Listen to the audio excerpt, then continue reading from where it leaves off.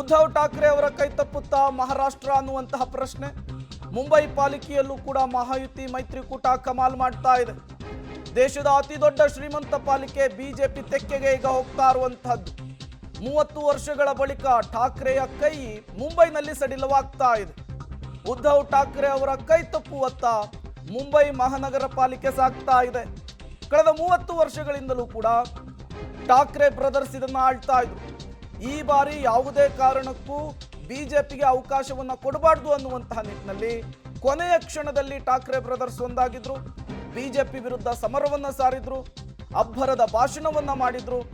ಈ ಬಾರಿ ನಮ್ಮದೇ ಮತ್ತೊಮ್ಮೆ ಪಾರುಪತ್ಯ ಅನ್ನುವಂತಹ ವಿಶ್ವಾಸದಲ್ಲಿದ್ರು. ಬಟ್ ಮತದಾರರು ಈಗ ದೇಶದ ಅತಿ ದೊಡ್ಡ ಶ್ರೀಮಂತ ಪಾಲಿಕೆಯನ್ನ ಬಿಜೆಪಿಯ ತೆಕ್ಕೆಗೆ ಹಾಕ್ತಾ ಇದ್ದಾರೆ. 30 ವರ್ಷಗಳ ಬಳಿಕ ಠಾಕ್ರೆಯ ಕೈ ಸಡಿಲವಾಗ್ತಾ ಇರುವಂತದ್ದು. ಉದ್ಧವ್ ಠಾಕ್ರೆ ಅವರಿಗೆ ಹಿನ್ನಡೆ ಆಗೋದಕ್ಕೂ ಕೂಡ ಸಾಕಷ್ಟು ಕಾರಣಗಳಿದ್ದಾವೆ. ಡೀಟೇಲ್ಸ್ ಅನ್ನು ಕೊಡೋದಕ್ಕೆ ಮಮತಾ ನೇರ ಸಂಪರ್ಕದಲ್ಲಿ ಜಾಯಿನ್ ಆಗಿದ್ದಾರೆ. ಮಮತಾ, ಠಾಕ್ರೆ ಕಳೆದ 30 ವರ್ಷಗಳಿಂದಲೂ ಕೂಡ ಮುಂಬೈ ಮಹಾನಗರ ಪಾಲಿಕೆಯನ್ನ ಆಳ್ಕೊಂಡು ಬಂದವರು, ತಮ್ಮ ಬಿಗಿ ಹಿಡಿತದಲ್ಲಿ ಇಟ್ಕೊಂಡವರು. ಈ ಬಾರಿ ಅವರಿಗೆ ಹಿನ್ನಡೆ ಆಗೋದಕ್ಕೆ ಏನೆಲ್ಲ ಪ್ರಮುಖ ಕಾರಣಗಳಾಯ್ತು ಅಂತ ಹೇಳಿ ಕಾರಣಗಳನ್ನ ಹೇಳ್ತಾ ಹೋಗ್ತೀವಿ. ಅನೇಕ ಕಾರಣಗಳಿದಾವೆ ಪ್ರೇಮ. ಒಂದು ಕಾರಣ ಅಂತ ಹೇಳಿದ್ರೆ ಬಿಜೆಪಿ ಜೊತೆಗೆ ಮೈತ್ರಿಯನ್ನ ಮುರಿದುಕೊಂಡಂತಹ ವಿಚಾರ, ಪ್ರತಿಷ್ಠೆ ಅನ್ನುವಂತಹ ವಿಚಾರ ಇಲ್ಲಿ ಬಹುದೊಡ್ಡ ಏಟನ್ನ ಬಿಜೆಪಿಗೂ ಕೊಟ್ಟಿದೆ. ಶಿವಸೇನೆ ಅಂದ್ರೆ ಉದ್ಧವ್ ಠಾಕ್ರೆಯ ಶಿವಸೇನೆ ಬಣಕ್ಕೂ ಕೊಟ್ಟಿದೆ. ಬಿಕಾಸ್ ನಿಮಗೆ ನಂಬರ್ಸ್ ನಾವು ಮೇಲ್ಭಾಗದಲ್ಲಿ ತೋರಿಸ್ತಾ ಇದೀವಲ್ಲ, 227ರಲ್ಲಿ ಬಿಜೆಪಿ 94 ಕ್ಷೇತ್ರಗಳಲ್ಲಿ ಅಂದ್ರೆ ವಾರ್ಡ್ಗಳಲ್ಲಿ ಮುನ್ನಡೆಯನ್ನು ಸಾಧಿಸಿದ್ರೆ UBT 65. ಇವರಿಬ್ರು ಒಟ್ಟಾಗಿದ್ದಿದ್ರೆ ಇವ್ರಿಗೆ ಚುನಾವಣೆ ತುಂಬಾ ಸಲೀಸಾಗ್ತಾ ಇತ್ತು, ಕೇಕ್ ವಾಕ್ ರೀತಿ ಇರ್ತಾ ಇತ್ತು. ಬಟ್ ಬಿಜೆಪಿಗೆ ಮುನ್ನಡೆ ಸಿಕ್ಕಿದ್ರು ಅಂದುಕೊಂಡ ರೀತಿಯಲ್ಲಿ ಅವರಿಗೆ ನಂಬರ್ ಸಿಕ್ಕಿಲ್ಲ. ಕಾರಣ ಅವರಿಗೆ ಉದ್ಧವ್ ಠಾಕ್ರೆಯ ಶಿವಸೇನೆ ಜೊತೆಗೆ ಇದ್ದಂತಹ ಆ ತಿಕ್ಕಾಟ ಮತ್ತು ಇಬ್ಬರು ಸಪ್ರೇಟ್ ಆಗಿ ಸ್ಪರ್ಧೆ ಮಾಡಿದ ರೀಸನ್ ಕೂಡ ಇವತ್ತು ಇವರಿಬ್ಬರು ಈ ನಂಬರ್ಸ್ನಲ್ಲಿ ಸೆಟಲ್ ಆಗ್ತಾರೆ ಅಂತ ಈಗಲೇ ಹೇಳಲ್ಲ ನಾನು, ಬಟ್ ಒದ್ದಾಡ್ತಾ ಇದ್ದಾರೆ. ಒಂದು ಕಂಫರ್ಟಬಲ್ ವಿನ್ ಸಿಗ್ತಾ ಇತ್ತು ಅವ್ರಿಗೆ. ಹಿಂದೆ ಪಾಲಿಕೆ ಚುನಾವಣೆ ಇರ್ಬೋದು, ಸ್ಥಳೀಯ ಸಂಸ್ಥೆಗಳ ಚುನಾವಣೆ ಇರಬಹುದು, 3 ಫ್ಯಾಕ್ಟರ್ಸ್ ಇಲ್ಲಿ ಕೆಲಸ ಮಾಡ್ತಾ ಇತ್ತು ಇಬ್ರು ಒಟ್ಟಿಗೆ ಇದ್ದಾಗ. ಹಿಂದುತ್ವದ ಫ್ಯಾಕ್ಟರ್, ಸಿಮೆಂಟಿಂಗ್ ಫ್ಯಾಕ್ಟರ್ ಇಬ್ಬರನ್ನ ಒಟ್ಟಾಗಿ ಬೆಸಿತಾ ಇತ್ತು. ಇನ್ನೊಂದು ಮರಾಠಿ ಅಸ್ಮಿತೆ, ಶಿವಸೇನೆ ಜೊತೆಗೆ ಬರ್ತಾ ಇತ್ತು. ನಾನ್ ಮರಾಠಿಗರು ಬಿಜೆಪಿ ಅನ್ನೋ ಕಾರಣಕ್ಕೆ ವೋಟ್ ಹಾಕ್ತಾ ಇದ್ರು. ಸೊ ಇವರಿಬ್ರು ಸ್ಪ್ಲಿಟ್ ಆಗಿದ್ರ ಲಾಭ ಇಬ್ಬರಿಗೂ ಅಷ್ಟಾಗಿ ಆಗಿಲ್ಲ. ಆದರೆ ಬಹುದೊಡ್ಡ ಏಟ್ ಬಿದ್ದಿರೋದು ಇಲ್ಲಿ ಉದ್ಧವ್ ಠಾಕ್ರೆಯ ಶಿವಸೇನೆ ಬಣಕ್ಕೆ ಅನ್ನೋದು ಈ ನಂಬರ್ಸ್ ನೋಡ್ತಾ ಇದ್ರೆ ಗೊತ್ತಾಗ್ತಾ ಇದೆ. ಕಾಂಗ್ರೆಸ್ನ ಪರ್ಫಾರ್ಮೆನ್ಸ್ ಅಂತೂ ಹೇಳದೆ ಬೇಡ, ನಾವು ನೆಲ ಕಚ್ಚಿ ಹೋಗಿದೆ. 11 ಈ ಡಬಲ್ ಡಿಜಿಟ್ ಸಾಧನೆ ಮಾಡೋದಕ್ಕೂ ಕೂಡ ಪ್ರಯಾಸವನ್ನ ಪಡ್ತಾ ಇದೆ. 2 ಕಡೆಗಳಲ್ಲಿ ಮುನ್ನಡೆಯನ್ನ ಕಾಯ್ದುಕೊಳ್ತಾ ಇರೋದು ಬಿಟ್ರೆ ಉಳಿದ ಸ್ಥಳೀಯ ಸಂಸ್ಥೆಗಳ ಪಾಲಿಕೆ ಚುನಾವಣೆಯಲ್ಲಿ 2 ಕಡೆಗಳಲ್ಲಿ ಮಾತ್ರ ಅವ್ರಿಗೆ ಸ್ವಲ್ಪ ಪರ್ಫಾರ್ಮೆನ್ಸ್ ಮಾಡೋದಕ್ಕೆ ಆಗ್ತಾ ಇದೆ ಬಿಟ್ರೆ ಪೂರ್ತಿಯಾಗಿ ಗೆದ್ರು ಅಂತ ಅಲ್ಲೂ ಹೇಳೋ ಪರಿಸ್ಥಿತಿ ಇಲ್ಲ. ಎರಡನೇದಾಗಿ ಬಿಜೆಪಿ ಇಲ್ಲಿ ಪ್ರತಿ ಚುನಾವಣೆಗಳನ್ನ ಗೆಲ್ತಾ ತನ್ನ ವ್ಯಾಪ್ತಿಯನ್ನು ವಿಸ್ತರಣೆ ಮಾಡ್ಕೊಳ್ತಾ ಹೋಯ್ತು.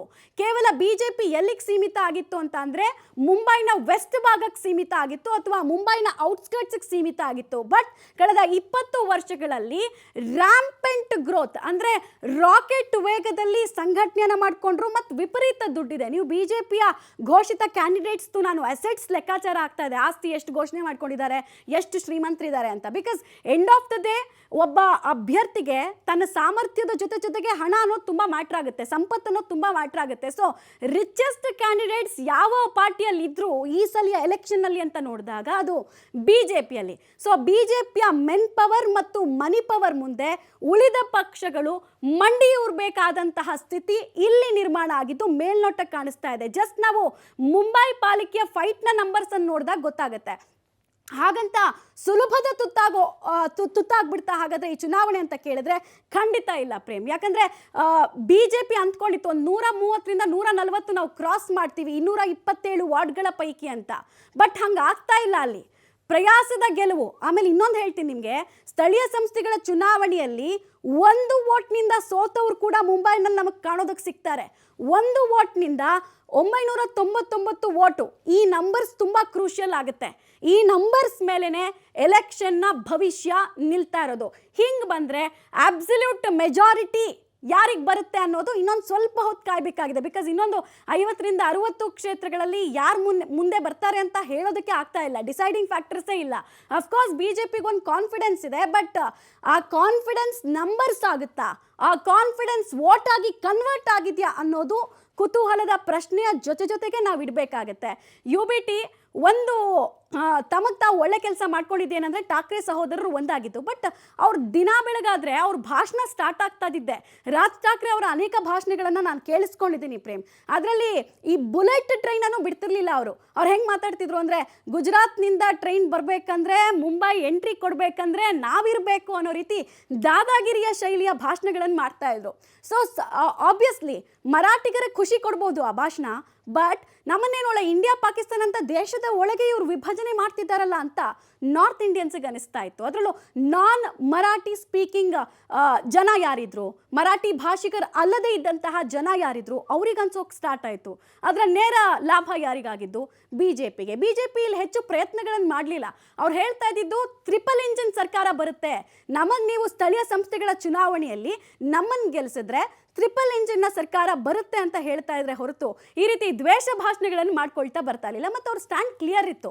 ನಮಗೆ 18% ಮುಸ್ಲಿಮ್ಸ್ ಓಟ್ ಬರದೇ ಇದ್ರೂ ಚಿಂತೆ ಇಲ್ಲ, ಉಳಿದಂತೆ ಸೋಷಿಯಲ್ ಇಂಜಿನಿಯರಿಂಗ್ನ ಸ್ಟ್ರಾಟಜಿ ನಾವೇನು ಮಾಡ್ಕೊಂಡು ಬಂದ್ವಿ, ಹಿಂದುಳಿದವರು ಬೇಕು ನಮಗೆ, OBC, ಬ್ರಾಹ್ಮಣರು ಮತ್ತು ವರ್ಕಿಂಗ್ ಕ್ಲಾಸ್ ಅಂತ ನಾವು ಮುಂಬೈನಲ್ಲಿ ಏನು ಕರಿತೀವಿ, ಇಡೀ ಮುಂಬೈನ ಫೈನಾನ್ಸ್ ಮತ್ತು ಫೈನಾನ್ಷಿಯಲ್ ಕ್ಯಾಪಿಟಲ್ಗೆ ತಮ್ಮ ಕಾಂಟ್ರಿಬ್ಯೂಷನ್ ಕೊಡುವಂತಹ ವರ್ಕಿಂಗ್ ಕ್ಲಾಸ್, ಅವರನ್ನು ಗೆಲ್ಲಿಸಿಕೊಳ್ಳುವಲ್ಲಿ ಯಶಸ್ವಿ ಆದರು. ಅವರ ವಿಶ್ವಾಸವನ್ನು ದಕ್ಕಿಸಿಕೊಳ್ಳುವಲ್ಲಿ BJP ಯಶಸ್ವಿ ಆಯಿತು. ಮತ್ತು ಇವರು ಎಷ್ಟು ಫ್ಲೆಕ್ಸಿಬಲ್ ಆಗೋದಕ್ಕೆ ಹೋದರು ಒಂದು ಹಂತಕ್ಕೆ ಅಂತ ಅಂದರೆ, ಎಲ್ಲಿ ಕಾಂಗ್ರೆಸ್ಗೆ ಮುಸ್ಲಿಂ ಮತ್ತು ದಲಿತರ ವೋಟ್ ವಿಭಜನೆ ಆಗುತ್ತೆ ಅಂತ ತಂತ್ರಗಾರಿಕೆಯನ್ನು ಸ್ಥಳೀಯ ಮಟ್ಟದಲ್ಲಿ ಮುಸ್ಲಿಂ ನಾಯಕರ ಮನೆಗಳಿಗೂ ಹೋದರು.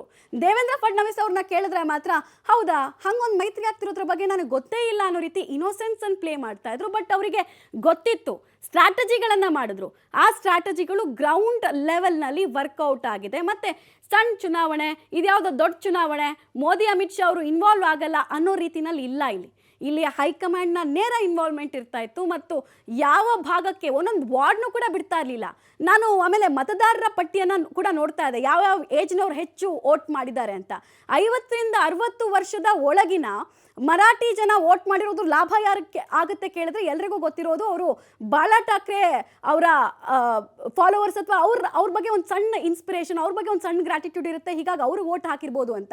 ಉಳಿದಂತಹ 40% ಜನ ಇದ್ರಲ್ಲ, ಅವರದ್ದು ಮನದಾಳದ ಮಾತು ಏನು ಅನ್ನೋದು ಪ್ರಾಬಬ್ಲಿ ಇವತ್ತಿನ ನಂಬರ್ಸ್ ನೋಡಿದಾಗ ಗೊತ್ತಾಗ್ತಾ ಇದೆ. But too early to judge. ಯಾಕಂದರೆ ಇಲ್ಲಿ ನಾವು 96 ಆಮೇಲೆ ಅದರ್ಸ್ ಅಂತ 5 ತೋರಿಸ್ತಾ ಇದೀವಲ್ಲ, ಆ ಅದರ್ಸ್ ಯಾರು ಕೇಳಿದ್ರೆ ಅಜಿತ್ ಪವಾರ್ ಅವರ ಪಾರ್ಟಿಯ ಸಾಧನೆ. ಸೊ ಅವರು ಕೂಡ ಆಬ್ವಿಯಸ್ಲಿ BJP ಜೊತೆಗೆ ಬರ್ತಾರೆ. ಕಾಂಗ್ರೆಸ್ ಅಥವಾ UBT ಜೊತೆಗೆ ಹೋಗ್ತಾರೆ ಅನ್ನುವಂತಹ option ruled out. So BJP ಜೊತೆಗೆ ಬಂದಾಗ ಸ್ಟಿಲ್ ಅಪ್ಪರ್ ಹ್ಯಾಂಡಲ್ಲೇ ಇರ್ತಾರೆ. UBT ಪ್ಲಸ್ ಕಾಂಗ್ರೆಸ್ ಅನ್ನೋ ರೀತಿ ಪೋಸ್ಟ್ ಎಲೆಕ್ಷನ್ ಮೈತ್ರಿ ಆದರೂ ಕೂಡ ಇವ್ರ ಹತ್ರಕ್ಕೂ ಬರೋಕ್ಕಾಗ್ತಾ ಇಲ್ಲ. ಈ ನಂಬರ್ಸ್ ಅನ್ನೋದು ಬಹಳ ಸ್ಪಷ್ಟವಾಗಿ ಕಾಣಿಸ್ತಾ ಇದೆ ಪ್ರೇಮ್. ಓಕೆ, ಹಾಗೆ ಸಂಪರ್ಕದಲ್ಲಿ ಮತ್ತಷ್ಟು ಡೀಟೇಲ್ಸ್ ನಾನು ನಿಮ್ಮಿಂದ ಪಡಿತಾ ಹೋಗ್ತೀನಿ. ಒಟ್ಟಾರೆಯಾಗಿ ಮಹಾರಾಷ್ಟ್ರದ ಲೋಕಲ್ ಬಾಡಿ ಎಲೆಕ್ಷನ್ನಲ್ಲಿ BJP ಮೇಲುಗೈಯನ್ನು ಸಾಧಿಸಿರುವಂಥದ್ದು. ಮುಂಬೈನ ಬಾಸ್ ಯಾರಾಗ್ತಾರೆ ಅನ್ನೋದೇ ಈಗಿರುವಂತಹ ಕುತೂಹಲ. ಹೊಸ ಇತಿಹಾಸವನ್ನು ಬರೆಯುವತ್ತ BJP ದಾಪುಗಾಲನ್ನು ಇಡ್ತಾ ಇದೆ. ಶತಕದತ್ತ ಮಹಾಯುತಿ ಮೈತ್ರಿಕೂಟ ಮುನ್ನುಗ್ತಾ ಇದೆ. ಮುಂಬೈ ಮೇಲೆ ಠಾಕ್ರೆ ಹಿಡಿತ ಸಡಿಲವಾಗ್ತಾ ಇರೋದು ಸ್ಪಷ್ಟವಾಗಿ ಗೊತ್ತಾಗ್ತಾ ಇದೆ. 30 ವರ್ಷಗಳಿಂದ ಆಡಳಿತವನ್ನು ನಡೀತಾ ಇದ್ರು ಠಾಕ್ರೆ ಅವರು. ಈಗ ಅಲ್ಲಿ BJP ಅತಿ ದೊಡ್ಡ ಹೆಜ್ಜೆಯನ್ನು ಇಡ್ತಾ ಇರುವಂಥದ್ದು. ಈ ಮೂಲಕ 30 ವರ್ಷಗಳ ಠಾಕ್ರೆ ಆಡಳಿತಕ್ಕೆ ಬ್ರೇಕ್ ಹಾಕುವಲ್ಲಿ BJP ಆರಂಭದಲ್ಲಿಯೇ ಸಕ್ಸಸ್ ಆದಂತೆ ಕಾಣಿಸ್ತಾ ಇದೆ. ಮುಂಬೈ ಮೇಲೆ ಠಾಕ್ರೆ ಹಿಡಿತ ಸಡಿಲವಾಗ್ತಾ ಇರೋದು ಸ್ಪಷ್ಟವಾಗಿ ಗೊತ್ತಾಗ್ತಾ ಇದೆ. ಮುಖ್ಯವಾಗಿ ಈ ಬಾರಿ ಠಾಕ್ರೆ ಬ್ರದರ್ಸ್ ಒಂದಾಗಿದ್ದು BJPಗೆ ಪೆಟ್ಟು ಕೊಡುತ್ತಾ, ಹಿಂದುತ್ವದ ಓಟುಗಳನ್ನು ಕಬ್ಜಾ ಮಾಡುತ್ತಾ, ಜೊತೆಗೆ ಮರಾಠಿಗರ ಅಸ್ಮಿತೆಯ ಆಧಾರದ ಮೇಲೆಯೇ ಶಿವಸೇನೆ ಹುಟ್ಕೊಂಡಿದ್ದು. ಈಗ ಇದೇ ವಿಚಾರವನ್ನು ಇಟ್ಕೊಂಡು ಲೋಕಲ್ ಬಾಡಿ ಎಲೆಕ್ಷನ್ನಲ್ಲೂ ಕೂಡ ಕಮಾಲ್ ಮಾಡುತ್ತಾ ಅನ್ನುವಂತಹ ಪ್ರಶ್ನೆಗೆ ಬಹುತೇಕ ಮತದಾರರು ಇವತ್ತು ಉತ್ತರವನ್ನು ಕೊಟ್ಟಿದ್ದಾರೆ.